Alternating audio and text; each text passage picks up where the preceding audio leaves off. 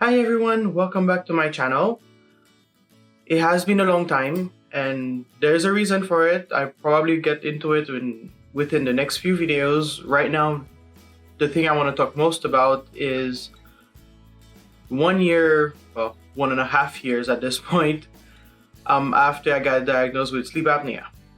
Yes, it's not a very glorified topic. It's not cool, but that's what's happening and I think it's very worth talking about. It's something that most people are walking through life with and they don't know.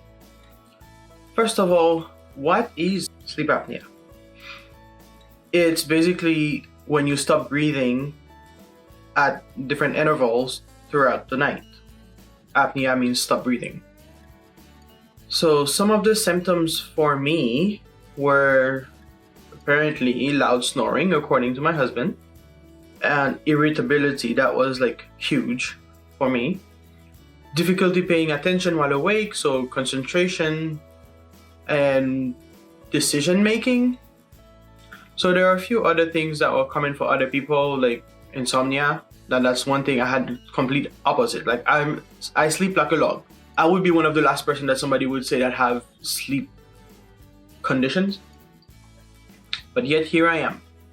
I sleep like a log. I don't know anything that's happening. I'm like gone when I'm asleep.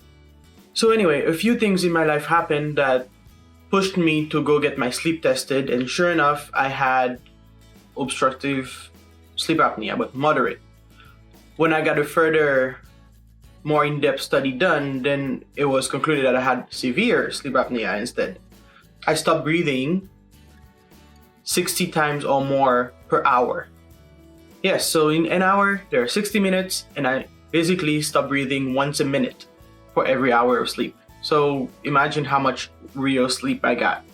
So anyway, if you want to hear more details about that, you can check out my previous video about the whole diagnosis and the whole process about sleep apnea. But for now, I just want to do the update, which 1.5 years later, now I can say that I actually feel better. There are a few different changes in my daily life that I actually notice a difference. But let me walk you through the whole process. Within that 1 to 2 months that I've been using it, it took a while for me to even get used to sleeping with something strapped to my face. Like imagine that. I'm used to just sleeping freely, turn around however I want, and then suddenly I have this tube thing attached to my face. If I turn too fast or in certain direction, it just comes off and start blowing air in my face. It was really an adjustment. Most people, after getting on the sleep therapy, so basically using a CPAP machine, start seeing a difference between 3 to 4 months. Well, that was not the case for me.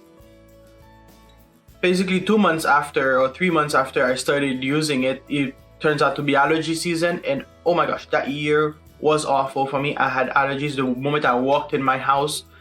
My sinuses were all stuffy. I could not breathe. Sleeping with the mask I had was just not possible. I started with this mask, which is basically, they're called pillows. So they just go in your nose and then you breathe. You know, when you get used to it, you just put it on. It's easy, it's cool, it's comfortable. And it has that extra extension thing that, you know, adds to the tube of the CPAP machine itself. So it kind of helps a little. But guess what? I'm supposed to breathe with it with my mouth closed. So when I have allergies and all my sinuses, my nose is stuffy, I can't breathe through my nose. I have to breathe through my mouth, but I can't breathe through my mouth with this thing. And my insurance wouldn't give me another mask until 6 months after that, after my original mask purchase. So I was kind of stuck. I couldn't use my CPAP for a few months. So I tried my best to use my mask with the pillows whenever my nose wasn't stuffy, whenever I got my sinuses rinsed. Those would help a lot. So I used the pillows then it was okay. But I couldn't do that every day. Why? Are you still recording? Okay guys, so I'm trying a new contraption here that's supposed to be helping me film better, easier, and you know, adjustment period. So bear with me. Around October, I finally got approved or got a phone call to get the deeper sleep study done, because I felt like the first one, although it was very detailed, I felt like I needed more. So I wanted to get the more in-depth one at the hospital with the contraption. I'll show you a picture. It was amazing.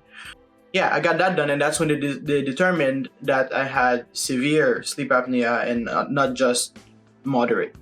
So as part of that sleep study, they also want to do a more in-depth one, but thanks to the certain pandemic time we're going through, I haven't been able to go through that yet. So that will be another thing. That one will be a 2-day, so like a night and a whole day after that, so they can like analyze everything. I don't know what they're gonna do.